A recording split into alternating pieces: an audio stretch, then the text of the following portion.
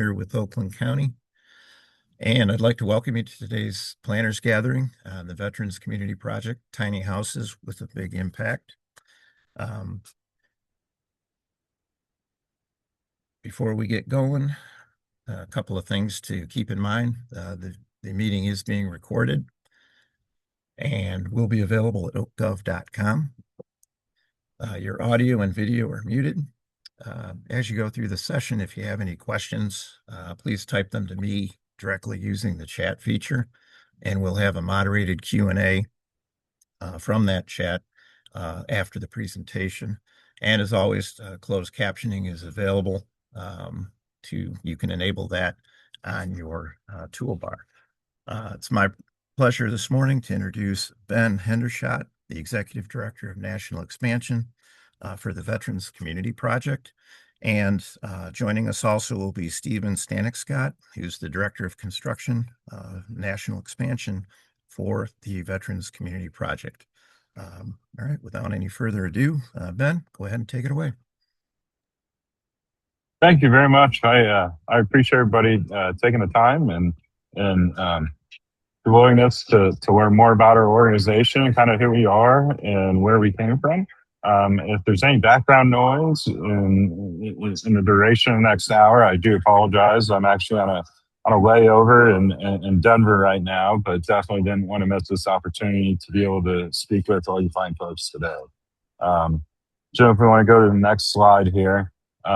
Today, what we're really going to cover is kind of the origins of our organization, how we started, who we are, and then we'll roll into a couple of projects that we're currently working on, as well as talk more in a little bit more detail in terms of how it works with the municipalities, the cities, in terms of city planning, zoning, permitting, and how we're able to get through some of those processes.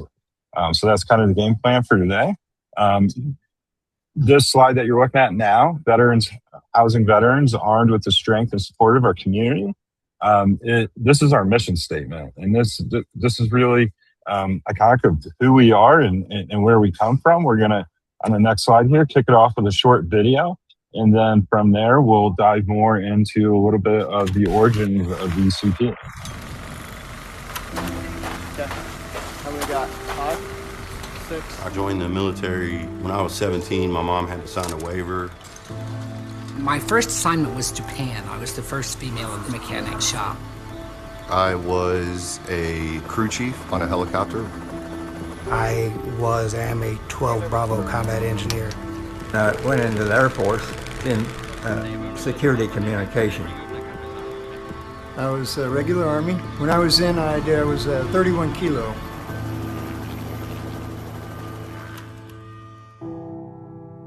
I got discharged and in and out of jail, homeless, the majority of the time sleeping on people's couches. For like 2 months, I'd been camping out down here off of the Little Blue River. Went out down by the lake, and I housed myself up by the lake. Sure did, up in the woods. There's no, military to civilian transition. Nobody gets me. Mentally, I'm not able to transition home. It's scary.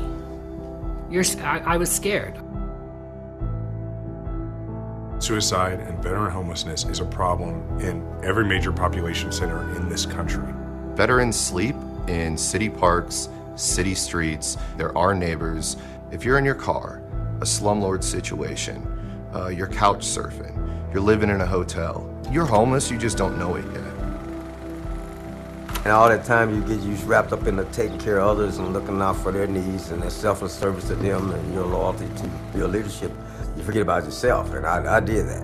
On any given night, there are between 30 and 40,000 veterans that are sleeping on the streets. They're literally on the street corner committing suicide, getting left behind. Nobody has their back. 22 veterans take their lives every day. What very few people know is that out of that 22, on average, 16 of them are not connected to any veteran-specific services of any kind. I had a suicide attempt. During that time, I had a year to lay around and think about what I was doing and how I'm trying to give this gift back. So it really gave me focus in a really unique way to understand my purpose here, what I can bring to this world. And that's where I started going down the route of working with veterans. This whole thing started with a bunch of combat veterans getting together and saving a bunch of lives in Kansas City. Veterans Community Project is a transitional housing facility, right? It's not permanent. We want to bring people in, give them that support, get them back on their feet, and then find that long-term permanent housing solution. What we are known for best and what works best is the tiny homes, our tiny house transitional living, which is, servicing the veterans who are most needed of housing stability at that time. For what is really amazing about the organization is our outreach component and all the wraparound services that we provide. When they enter their home for the first day or really understand all the programming and support and case management we're going to put around them, it's usually a period of disbelief. Are you sure? Are you going to pull the carpet out from under me? What's the catch? What's the trick? Wait, I'm not paying rent. I have case managers here. What's the catch here? And it takes them a while to realize there isn't a catch. You took an oath to serve our country. This is what we owe you. We are here for you. We're going to do this. There is not a catch. After they settle into that, that's when you see them come out of their shell. That's when they start to be that person they were. That's when they start to get that dignity back, right? That's when they start to really find themselves again. Caught the bus and came out here to VCP. They were very embracive, very unwilling, not judgmental, no questions asked. Helped me out with bus transportation, get myself situated and settled to be able to get mobilized some kind of better way than I was. I was just floored, and it was very emotional for me. There was a lot of community and opportunity and education. All it did was light that fire under me even more. Once I saw the reaction, once I saw the impact, Veterans Community Project can absolutely fix veteran homelessness. Most shelters, temporary living facilities, 20 to 25% of their population positively transitions through their program. That's a banner year for them. Since day one, VCP has been operating at 85% positive transition rate. Every single city in the United States has a need for this program, but it can't do it without money. It's somebody who is willing to open their checkbook and invest in this vision. This is how you deliver these types of services. It is investing in people. It's sticking with them. It is such a central part of the Kansas City story. What they've done is they set an example for other cities, and I'm really proud that it came out of Kansas City. If you donate to Veterans Community Project, you're a part of this mission. You are now doing more than being thankful for veterans. You're investing in a human life. You're investing in a human life that invested in you at one time.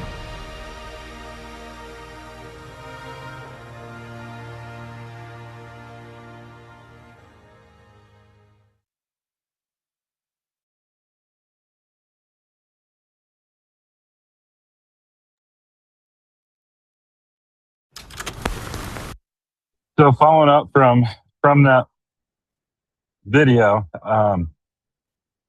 I think it does a great job of putting the faces of the organization who helped start this organization. Really does a great job of showing who we are as an organization, what our current mission is. I think what's also important that doesn't really hit on the video as much that I would like to kind of just spend a minute talking about is the origin story of the organization. So in terms of a nonprofit organization, we are very young. We were founded in 2016, and we served our first veteran in 2018 in terms of transitional housing. Prior to getting into that transitional housing space, we actually opened up a outreach center, which was a walk-in center for our local, just our hometown there, just a local hometown outreach center for any veteran, regardless of economic status, regardless of discharge status. And as you saw in the video, all the co-founders were all combat vets and worked in the nonprofit capacity in some way or another. One started another nonprofit for free legal services to veterans. Another one simply did just HVAC work for veterans in need, while another one worked for another local nonprofit that helped veterans as well. And they all put their heads together and they said, what would it look like if we just said yes first and figured out all the red tape on the back end, right? What would it look like if we didn't have to go through the 14 levels of bureaucracy before we could actually help our brothers and sisters on the street? And the result of that was Veterans Community Project. And after opening that outreach center that first year in 2016, it was very, very evident that in our hometown there in Kansas City, we figured out the city was really, really great at keeping folks alive. And there were a ton of permanent housing solutions all over the place. And what really lacked was that transition in between the two. And we really took the approach that if you were to take somebody from that fight or flight mentality and drop them into a permanent housing without being ready for that step in their journey, that was one of the major causes of the high recidivism rate within the folks who were transitioning into those permanent housing solutions. So the intent of this Veterans Community Project in terms of transitional housing was simply to put together a different type of transitional program with in-house case management and wraparound services, and frankly, just do a legacy project in our hometown. If we want to go to the next slide here. And what we found in doing so was that we were right. Since we started serving veterans in 2018, we have tracked an 85% success rate ever since. And places started reaching out to us and they said, how are you having the successes that you're having? And what are you doing to be able to create these types of programs that have these types of results? And it was really at that point that we all sat down and said, you know what, we have a moral obligation to help as many brothers and sisters as we can. We are holding on to something that works and we need to share it with as many people as we can. So that's when we sat down and really created a national expansion team and really expanded outside just our hometown of Kansas City. And since then, we are now operational in the St. Louis market in Missouri, the Denver market in Colorado, Sioux Falls in South Dakota, and we are actively working on projects in Milwaukee, Wisconsin, and Phoenix, Arizona. So after able to figure all this out, right, and say, like, once somebody is ready to move on to that next journey and we give them the needed support, what does that look like? And that's what this slide is about. Everything is kind of a start, grow, sustain mentality within the organization, whether it's in terms of our programming with the folks that we work with, whether it's expansion with new municipalities, or whether it's creating new programming as well. So we're going to go to the next slide. One of the things that does make us different, I think, from some other organizations out there that do similar work, which I fully support in any mission or any type of nonprofit that's really doing the best they can to get folks off the street and better themselves, is our houses that we build in kind of a village atmosphere with a community village center included in that for their wraparound services. Each unit is completely self-contained and independent of each other. So there's no communal spaces in terms of bathrooms, in terms of food, in terms of kitchens, in terms of really anything you need. So all of our tiny homes are really built to be a self-contained unit. And while someone may move in at the very beginning, may need much more assistance from their case manager to basically relearn how to live day-to-day life like me and you do every day. By the time they're ready to transition out into whatever that permanent housing solution looks like for them, the goal is really for them to be pretty much self-contained within their unit and be able to fully operate independently in there while just coming to the communal areas for case management and other kind of community events. There are also trauma-informed units, meaning that we're very cognitive of how they're laid out in terms of where the windows face, are interlocking sectors of fire, and really the views that are within the windows themselves. So we're going to go to the next slide here. So this talks a little bit about, the 85%, which you've heard me mention a couple times. The average length of stay, I think, is really important and something that we get asked about quite a bit. Right now, our average length of stay is right at about 400 days, which is just over a year. So if we're able to take somebody and work with them for just over a year and really increase their odds of being able to stay permanently housed from 25 to 30% up to 85%, I think the investment there kind of speaks for itself, and it really just shows that this model works. We want to go to the next slide here. I won't bore everybody too much with more of the programming. I could talk about programming all day. I know that we have an audience here of folks that work with counties and cities and municipalities and are more on the city planner side. So this slide here really shows where we are either operational or currently working on villages as we speak.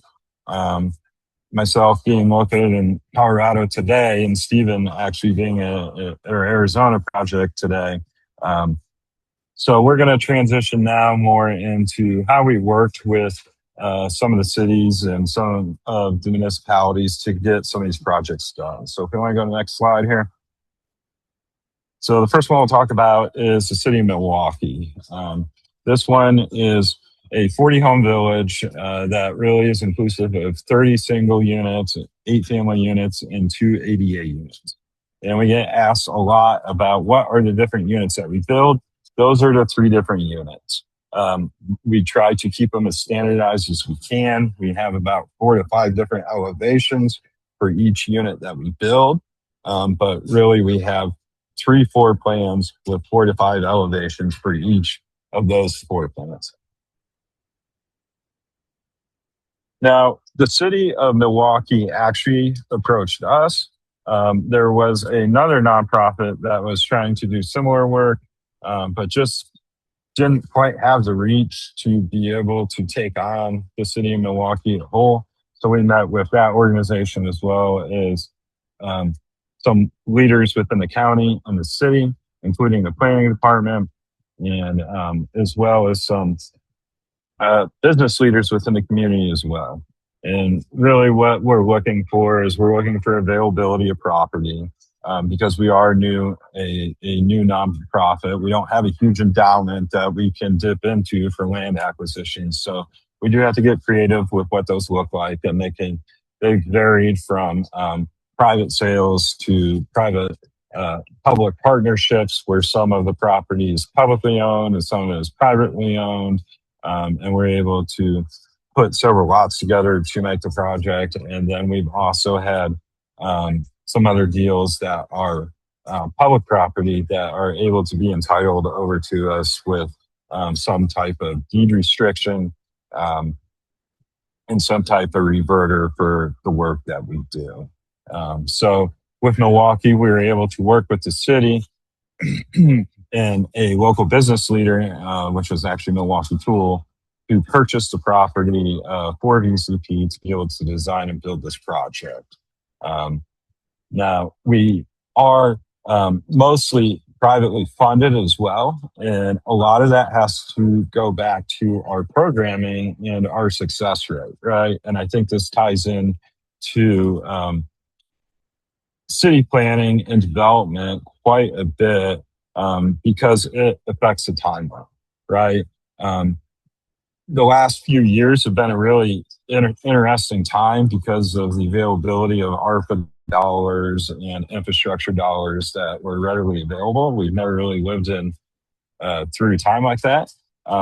But what I can say is if we're able to work and negotiate some type of public money for the public, for the infrastructure portion of these projects, it exponentially expedites the schedule of the project, allowing us to serve veterans quicker than if we were not able to, because we really have to release different phases of these projects based on our ability to fundraise. And we will not accept public dollars in as far as it affects who and how we can serve those veterans.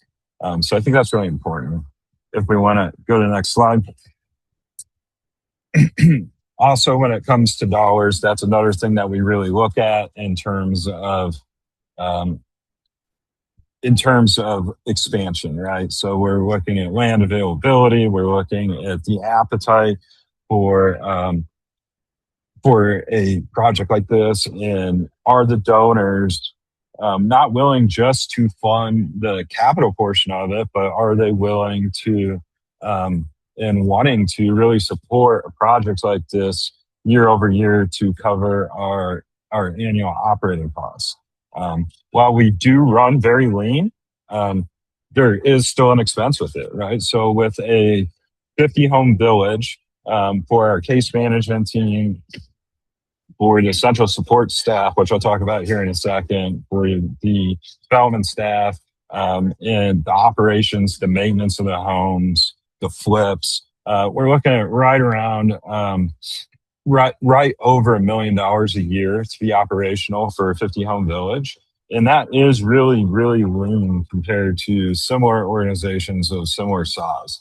And the way that we're able to do that is by centralizing some of the bigger things of the organization, such as our accounting team, such as our marketing team, and even our veteran support staff. And this does a few things. This allows us to have better efficiencies of scale. And quite frankly, it is similar to how most for-profit businesses develop and grow as compared to nonprofits.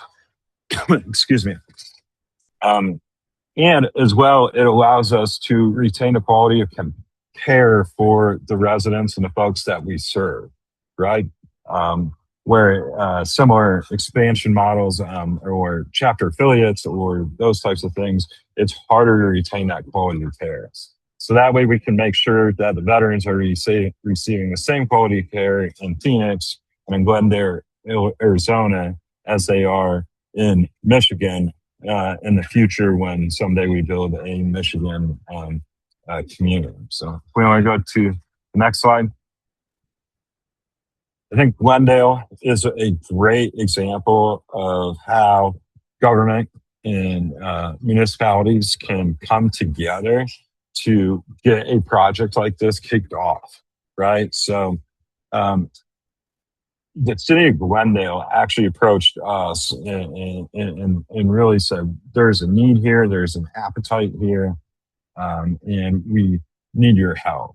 And what they were able to do is they were able to basically put a proposal together where they were able to entitle just over 7 acres of property that was formerly city owned and now entitled over to Veterans Community Project, as well as put a intergovernmental agreement together. And that included the state, the county, and the city for the amount of just over $6 million. And a project similar, the similar scope, like we talked about for the operating costs, for about 50 homes and a roughly 5,000 to 6,000 square foot commercial space, like you see in this rendering here. A project of that scale, depending on where we are in the country, will range in budget from around $12 to $14 million.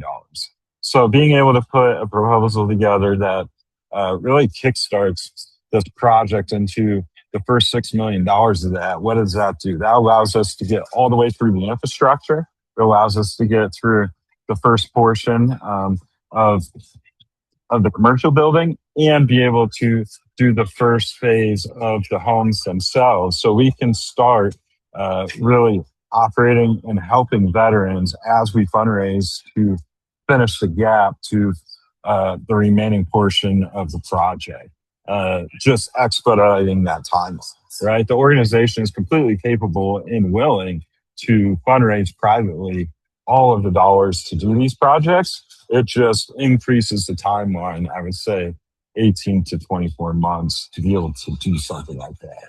And frankly, we're here to deploy as fast as we can to help as many brothers and sisters as we can just get off of the streets and really just better themselves. So we've talked about a land acquisition briefly. We've talked about operating in as well as the appetite for donors. So really another major thing that the organization looks at in terms of expansion is what is the need in the area, right? What size village is something that's going to be impactful in an area, but not be so large that one, it loses that community feel, and two, over time you start to have a number of vacancies, and that can be different in different locations. Our village in Sioux Falls, South Dakota, it is quite a bit smaller. It has, I believe, 25 units versus the 49 units that are in Kansas City versus the 50 units that we're currently building in Glendale. So we really look at that in terms of a need assessment, in terms of the city at large. We want to go to the next slide here. So this is an overview of what a project could look like. And I think this is a good example to really show to the audience here and the folks that are with us and really your background, because we're able to take property that sometimes isn't good for a lot of other things and be able to fit a similar project like this on that property. We can get creative with layouts. We can get creative with a lot of different things. Site access is something that is important to us and something that we always look at as well in terms of safety, not just for our residents, but also for the community as well. And we're just very open-minded organization in terms of taking on different types of projects and really just doing things unique and in different ways to be able to make the programming work for the area that it fits. If we want to go to the next slide here. So this is the mayor of Glendale. He's been a very big advocate of ours, and he is actually heading up part of the capital campaign himself to raise the remaining funds that are still needed in that area. And that is really the last thing that I really want to talk about in terms of what we look for in terms of expansion. And that's a local champion, right? That's somebody who's influential in a market. And it doesn't always have to be political or city oriented. We have another champion of a project in Milwaukee, for an example, is an executive from Milwaukee Tool, right? But somebody who is a connector, somebody who's passionate for one reason or another about the work that we do, and somebody who's willing to really take the time to make those connections and really get this thing kickstarted, right? If we want to go to the next slide. So without that local champion, it's hard for us to really get a foothold within a city. So also corporate partners, and this really comes down to how we're funded as an organization. We have, I've talked briefly about it, about how we like to really stay mostly privately funded unless we're able to work out some deal for typically state originated funds, because federally originated funds come with quite a bit of strings. But in terms of our private funding, we really look at corporate partnerships, which is like Deb here. She actually works for the Arizona Diamondbacks, and they are a great corporate partner of us that really goes back and forth both ways, and really concentrates as being a partner. And they really support us, and we really try to support them with that partnership as much as we can. Individuals, right? So just folks like me, folks like you, folks who give $20 a month, that makes a huge impact on the work that we do in really these villages that stay operational, and the capital dollars when we're kickstarting these new locations. And then also foundations, a lot of family foundations, grants from family foundations, really makes up the third portion of those private dollars. So if we want to go to the next slide. So this kind of starts to wrap up into this slide here. In just a couple more minutes, we'll open it up to a Q&A session. But I think one important thing to note, and it touches on it on this slide, is what are those barriers that are keeping folks out on the streets, that are keeping folks homeless today, that are preventing them to really coming in and getting the help that they deserve and the help that they need, right? When we first started in the transitional housing space, in the outreach center, we would talk to folks every day and ask them, what is preventing you from going to this location, or what is preventing you from getting the assistance that you need? And we also went out into the streets and built rapport with folks out actively in the camps and actively in homelessness, and really came back and put all that data together and tried to create something that's as low barrier as possible, right? That means as long as you're willing to meet us where you are and have a desire to get better, we're going to meet you where you are, and we're going to work with you, and we're going to do the best that we can to make sure that you're successful within that journey. That's why we allow pets. That's why how we landed on this small home layout versus some other models out there is because it's not group living, it's independent. You have your own locking front door, you have your own personal space, you have the security that really everybody deserves to have. And that's why dignity is so important to us, and that's why we really like to tell folks that we are housing with dignity, because that's truly what we believe in. So we're going to go to the next slide. So this right here is just kind of a good way to wrap it up. This slide and the next one here is more on our fundraising side in terms of development. But look, I would just encourage everybody on this call to ask questions, get involved, have conversations with us about your area, and just come to the table with us. And we're just really looking for partners, and just looking to help as many brothers and sisters as we can. So with that, I will stop talking. I will ask Stephen here, who's also on the call with us, to see if he wants to add anything that I may miss. And then after that, we will open it up for questions that anybody may have. So thank you. Stephen, would you like to comment a little bit? No, I think Ben did a great job kind of laying out what we look at and what we look for as far as partnerships with cities and municipalities. So I thought it was really good. So I don't have anything. Excellent. Ben, great job. Thank you very much. It was an excellent presentation. We do have several questions and some comments. First one is more of a comment.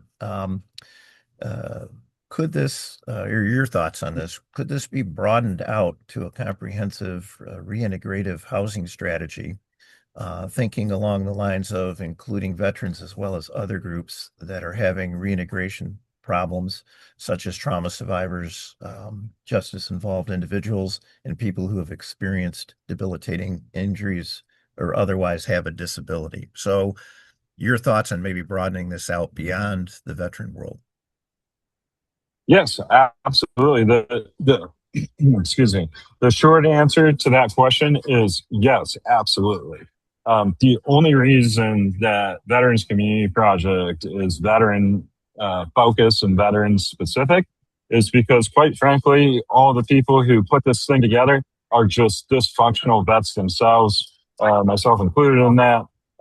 So that's where the passion lies. The co-founders have conversations regularly about how this could be implemented about really any demographic across the board that is in need, including even up to like aging out in foster care, right? We would love to see similar programs be successful all the way across the board to try to really fight the curve on all of these issues. With that said, we've even talked about trying to more or less give a playbook or consult in a way to start with different subsections of the population. Quite frankly, the organization, Veterans Community Project, just isn't scaled to the point where we have the capacity to do something like that. All of the work that I talked about today, while we do run very lean, our expansion team itself, so the folks who work every day trying to work with these municipalities and get the plans through the city and do the fundraising for the capital, there's 4 of us, right? So we just simply don't have the capacity at this point to do that. I hope that changes in the future. So long answer to a short question. Hopefully I answered it. And if not, just follow up again. So. Excellent. Next question. What is VCP's interface with the Veterans Administration, state veterans agencies, and veterans associations like the Legion and the VFW? And within Michigan, have you had any of those conversations with the state level DMVA? Again, great questions. In terms of the partnerships, I will say that we have partnerships with all of them, right? We have partnerships with the VA, the state VA levels for the states that have them. Some states don't, as well as the Legions, the VFWs, all of that. Trying to think of a good way to explain this. We are not affiliated with the VA at all, but we do have a partnership with the VA, right? The VA uses us as a referral a fair amount as we try to get people connected with the VA to access the services they're entitled to. There's really 3 different types of vets that we serve. We serve vets who are VA eligible, like we help them navigate that system. If they're not in it already, we serve vets who may be eligible but are not currently eligible. This could include folks who need a discharge upgrade. Let's say they got kicked out on Don't Ask, Don't Tell before it was repealed, or things like that. There's not a system in place that automatically grants them the access to the services for things like that. And then we serve folks who just frankly will never qualify for VA services. And those folks, we have to really rely on our community partners more so than entitlements or access to VA services and things like that. So, okay. On the VFW and the Legion and those fronts, those are more localized partnerships. We do attend and have attended the National VFW Convention every year for awareness and things like that. But typically the local VFWs is more at a localized partnership level. So. Okay, excellent. Next question. When you look at a city that already allows clustered option homes, have you run into other zoning issues in that specific city that has caused significant hurdles that still needed to be addressed?